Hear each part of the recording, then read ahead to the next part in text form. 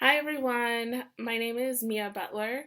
I've been teaching art since 2013 and I've been teaching in public schools since 2016.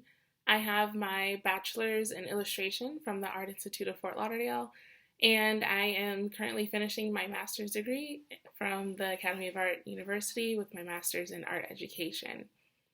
What we're going to be learning today, we're going to be learning from the Frida Kahlo collection that we just got in.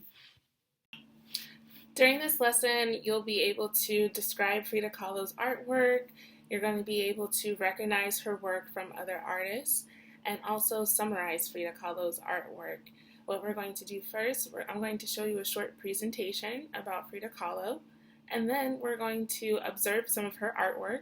And lastly, I have a short video clip to show you about Frida Kahlo. Frida Kahlo. So Frida Kahlo was born July 6, 1907 in Coyoacan, Mexico. She was one of Mexico's greatest artists, and she was also married to Diego Rivera, who was also a famous artist in Mexico as well. Frida's father was very creative and he enjoyed photography, and Frida would spend a lot of time with her dad learning and helping him with his photography. And while he was working on his photographs, she would sometimes draw the still lifes from his photography, which is where her interest in art came from. When Frida was 6 years old, she got polio and she had to stay in bed for 9 months. And during that time, because she couldn't do anything, she started drawing and painting because that's what she loved to do. And Frida Kahlo had such a wild imagination, and she would often draw pictures of her imaginary friends.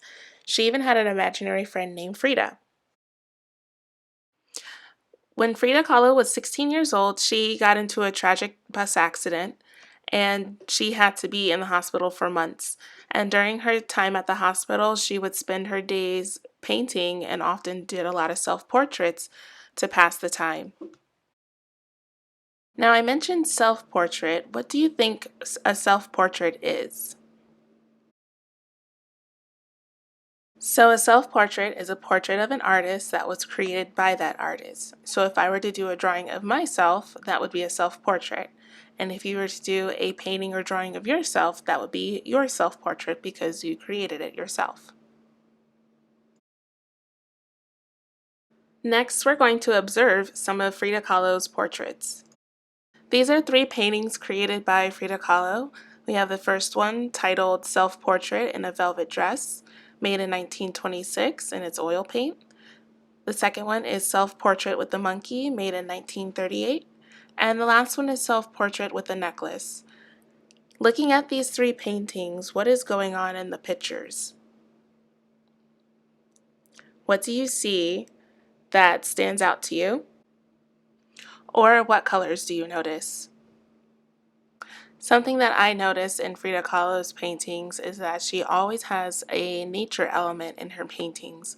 So, for example, in the first one, Self Portrait in a Velvet Dress, she has ocean waves in the background and she creates flowing lines in the background to imitate the waves.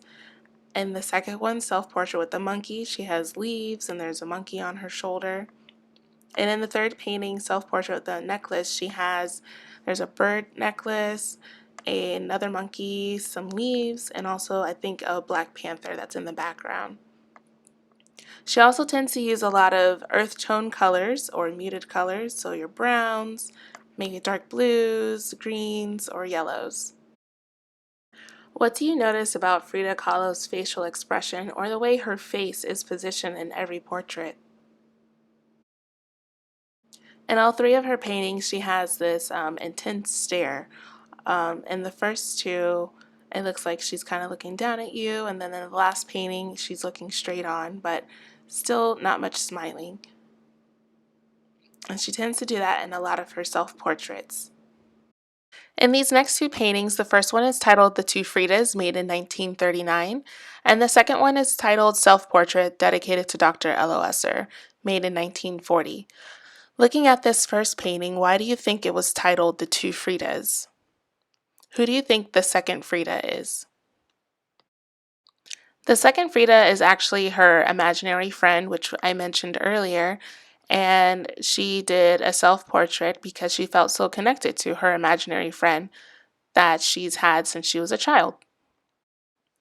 This painting was actually created shortly after her and Diego Rivera got a divorce, and the portrait is supposed to show the two different personalities of Frida. So there's one with a broken heart sitting next to an independent, modern dressed Frida. If you notice that they're holding hands and then the colors are slightly brighter, especially on the more modern day Frida. She has on a brighter blue top versus the other one, it's more neutral. She's in all white.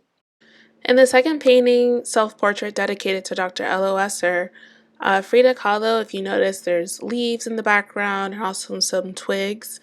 And around her neck, she also has a thorn or twig necklace. And most of the colors in this painting are neutral browns. She also has a little bit of pop of color with the flowers that are in her hair and also the lip color. But if you notice, she has a hand for an earring. Why do you think she might have that?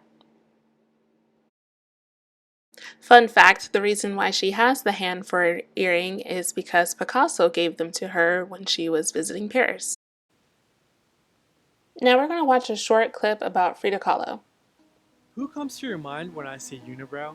If you're thinking about Frida Kahlo, that's because her face and style are known around the world. She's so much more than an enchanting face. So, who was this pop culture icon?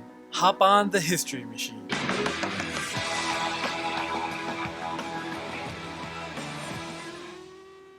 Born in 1907, Frida's life was by all accounts filled with medical and personal problems.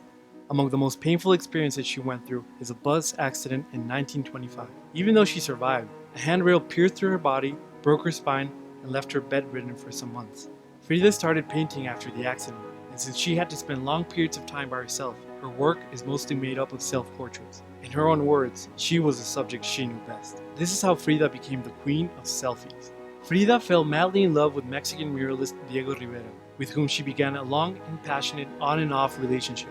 Though entangled with extramarital affairs on both sides, it was deeply rooted in care and admiration for each other. Together, this mismatch conquered every art scene it visited.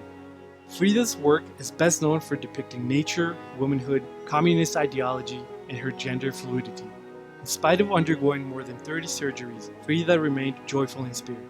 When one of her legs was amputated due to a gangrene infection, she wrote in her diary, "Feet, what do I need you for when I have wings to fly?" Her style and work became known for expressing femininity, Mexicanness, strength, and lust for life, best expressed when she said, "Long live life." This is how she went from painting symbols to becoming one herself. Now that we've learned about Frida Kahlo, what were some things that you liked about her artwork? Or how would you describe her art style? How I would describe Frida Kahlo's artwork is very unique. A lot of her paintings have meaning to them related to events that have happened in her life. And she was a very strong artist, who went through a lot in her lifetime. And her self portraits are memorable. I hope you were able to learn something new about Frida Kahlo and that you enjoyed your visit here at the museum. And I'm hoping you guys will come back again next time.